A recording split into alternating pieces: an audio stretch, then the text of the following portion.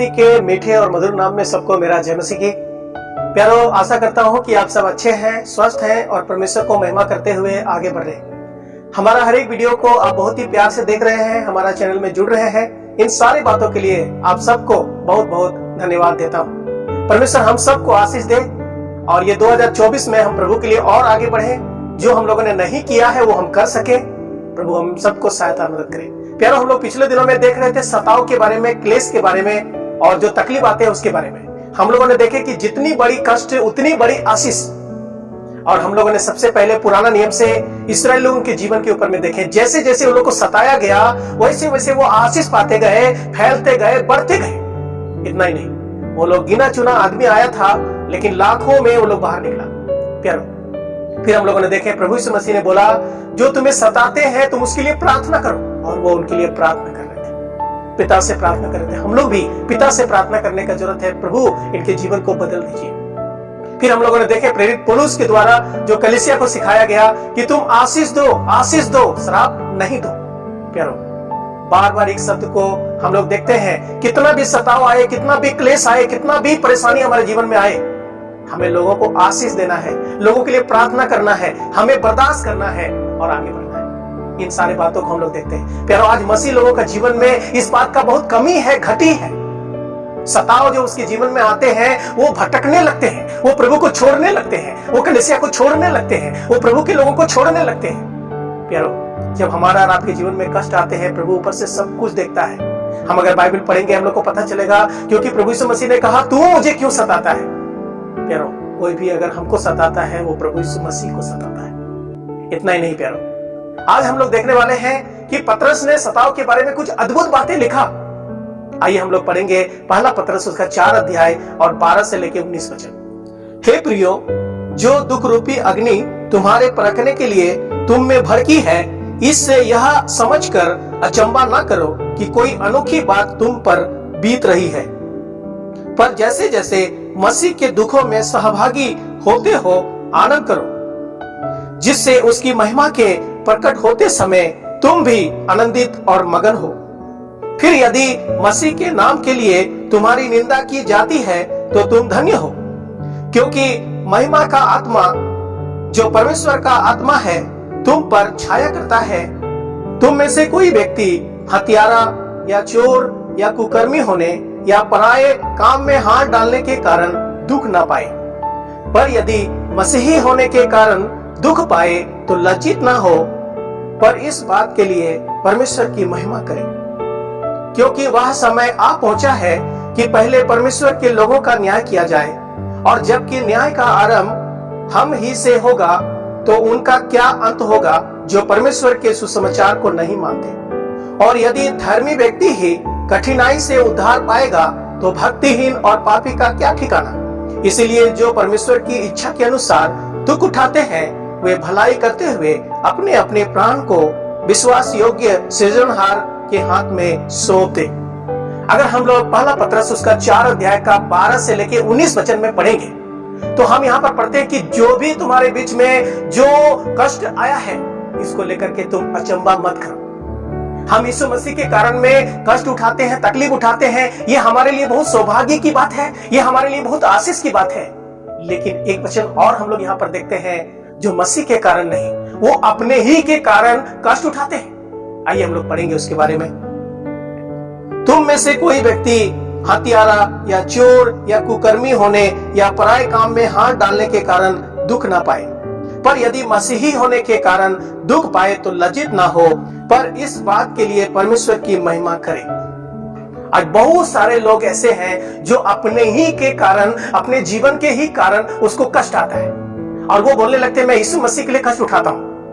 आज बहुत सारे मसीहों को हम लोग देख सकते हैं फिर जो इस संसार में रह करके वो संसार का जैसा जीने लगते हैं, वो मसीह का जैसा जीने नहीं लगते हैं। नाम तो मसीह ही रहता है, नाम तो बाइबल के आधार पर रहता है, बाइबल तो उसके पास रहता है, गाना किताब तो उसके पास रहता है, कलीसिया तो उसके पास रहता है, लेकिन जीवन उसके पास नहीं रहता है, सही जीवन उसके पास नहीं रहता है। प्यारो, वो मसीही लोग 2 in 1 मसीह होते हैं। आधा वो संसार में रहते हैं, आधा वो प्रभु यीशु मसीह के साथ में रहते हैं।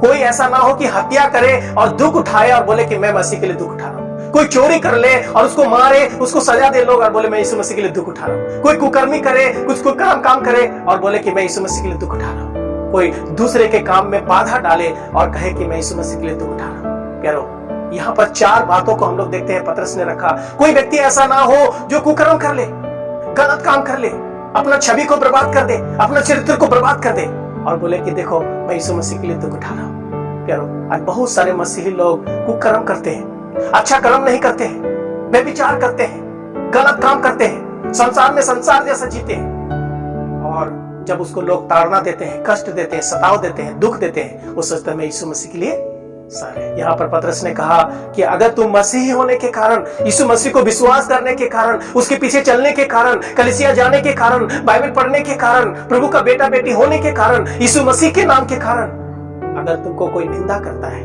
तुमको कोई दुख देता है, तो तुम धन्य हो। इस बात के लिए परमेश्वर के नाम की महिमा करो। प्यारो, हम लोग जानते हैं कि उस समय जब इस पत्री को लिख रहा था पतरस, उस समय विश्वासी लोगों के जीवन में रोम के द्वारा बहुत तरह का सताव आ रहा था। नीरो बहुत तरह से सता रहा था ये लोग को। यीशु मसीह को विश्वास करने की वजह से, यीशु मसीह के पीछे चलने की वजह से, उसका बात को पालन करने की वजह से, उसके बारे में प्रचार करने की वजह से ये लोग का जीवन में देखते हैं कष्ट आ रहा था। जो राजा नीरो इस बात को बर्दाश्त नहीं कर रहा था और वो लोगों को सता रहा था, रोम पूरा सता रहा था मसीहों को। उसी समय पतरस ने कहा कि कोई चोरी कर ले और उसको सजा मिले, वो ना सोचे कि मैं मसीह होने के कारण दुख उठा रहा। कोई कुकर्म काम कर ले और वो ना सोचे उसको जब सजा मिले तो अरे मैंने प्रभु यीशु मसीह के लिए कष्ट उठा रहा हूं। कोई दूसरों के काम में बाधा डाले और वहां पर उसको तकलीफ आए, कष्ट आए, वो ये ना सोचे कि मैं यीशु मसीह के लिए कष्ट उठा रहा हूं। प्यारो, कोई हत्या कर दे, चुपके से किसी को खून कर दे, किसी को मार दे और वो ना सोचे कि उसने मार रहा था, मैंने भी मार दिया और मैं प्रभु के लिए दुख उठा रहा हूं। प्यारो, यहाँ पर हम लोग देखते हैं कि अगर मसीही होने के कारण, यीशु मसीह को विश्वास करने के कारण, उसके वचन को पालन करने के कारण अगर दुख उठाते हैं तो ये धन्यवाद है। हम लोग आगे पढ़ते हैं। प्यारो, लिखा हुआ है कि अगर जो विश्वास करते हैं वो उसके जीवन में ही प्रभु का न्याय पहले आने वाला है, तो जो नहीं विश्वास करते उसको क्या होगा। इसीलिए हम लोग अंतिम वचन में पढ़ते हैं कि परमेश्वर की इच्छा के अनुसार जो दुख उठाते हैं, जो कष्ट उठाते हैं, प्रभु ने रखा है कि तुम दुख उठाओ, वो अपने अपने जीवन को अपने सृजनहार के हाथ में वो अपने जीवन को सौंप दे। प्यारो, आपको जब कष्ट आते हैं, तकलीफ आते हैं, आइए हम अपने जीवन को प्रभु के हाथ में सौंप दें। बाइबल पढ़ने से हम लोग को पता चलता है कितना तरह से लोगों को सताया गया, किसको नहीं सताया गया। अगर आप नया नियम उठा के पढ़ेंगे, पुराना नियम उठा के पढ़ेंगे, हर एक लोगों को देख सकते हैं जिसको सताया गया। प्यारो, ये सता कौन रहा है? सता तो शैतान रहा है। अलग अलग राज्यों के द्वारा, अलग अलग जातियों के द्वारा, अलग अलग लोगों के द्वारा सताया जा रहा है। प्यारो, हम लोग जब दुनिया में जीते हैं, हमें भी लोग गाली देते हैं, हमें भी लोग सताते हैं, हमें भी लोग तरह तरह का अपमान करते हैं, क्लेश देते हैं। प्यारो, प्रभु यीशु मसीह में हम धन्य लोग हैं, ये बात हम लोग यहाँ पर पढ़ते हैं। प्यारो, जब हमारे और आपके जीवन में कष्ट आते हैं, आइए हम पीछे ना मुड़े, हम आगे चलते रहें। प्यारो, हम बाइबल में पढ़ते हैं कि हमारा जीवन में सताव आएंगे, कष्ट आएंगे, कलेश आएंगे और इसी कलेश को उठाते हुए हमें स्वर्ग राज में, परमेश्वर के राज में जाना पड़ेगा। प्यारो, विश्वास करना काफी नहीं है, उसके लिए दुख उठाना भी बहुत जरूरी है। प्यारो, आप अगर विश्वासी हैं, आप अगर प्रभु को विश्वास किए हैं, तो ये दुख ही दिखाएगा कि आप एक सही विश्वासी हैं। प्यारो, आइए इन वचनों को अपने जीवन में थामे और आप बाइबल से पूरा पढ़िएगा, पुराना नियम से नया नियम में सब लोगों को पढ़िएगा। आप देखिएगा हर एक लोगों का जीवन में सताव आया, कष्ट आया, क्लेश आया और उसको जितना आया परमेश्वर का महिमा वो अपने जीवन से उतना किया। आइए इन सारे वचनों के द्वारा परमेश्वर के नाम का महिमा हो। आने वाला वीडियो भी एक नया विषय पर आ रहा है, आप जरूर देखिएगा और आगे बढ़िएगा। प्रभु हम सबको आशीष दे, सताव में स्थिर रहने के लिए, विश्वास में स्थिर रहने के लिए, प्रभु को महिमा करने के लिए, मसीह जीवन में अटल रहने के लिए प्रभु हम सबको सहायता करे। सुनने के लिए बहुत बहुत धन्यवाद।